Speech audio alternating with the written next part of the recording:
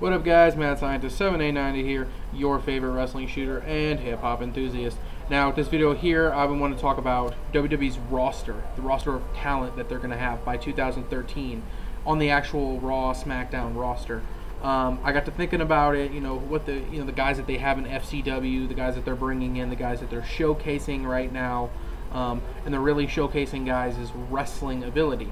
And I have this just thought in my head, this prediction in my head, that I think that by 2013, WWE will have their best wrestling roster since 2001.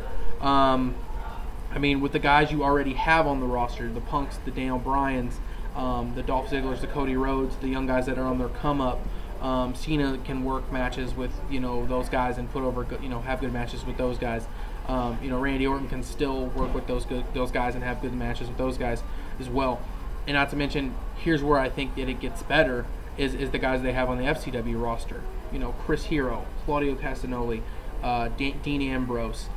They just signed, I guess officially, we know that he's coming in. He's not going to FCW or anything. Giant Bernard is coming in as Lord Tensei or something or other. He's a big guy that can work. He's been working in Japan for the last several years and has done the best work of his career there. And now he's coming back, and he's on his way to what I think being one of the best big guys in their whole organization, whole company. That's another guy. The possibility they still talks about signing Brody Lee. That is a big possibility. They've been looking at Sami Callihan. I know that even though they didn't, there was talk of signing Adam Cole. There was talk of signing the Briscoes.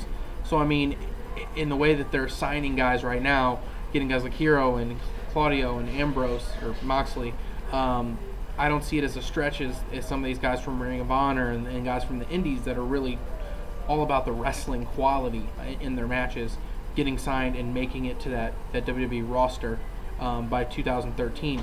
The guys who they have now, obviously, the Ambroses, the Seth Rollins, I didn't even mention him, Seth Rollins and Hero, Claudio, those guys. Not even to mention some of the second generation guys who are pretty good workers as well. The Richie Steamboat can work.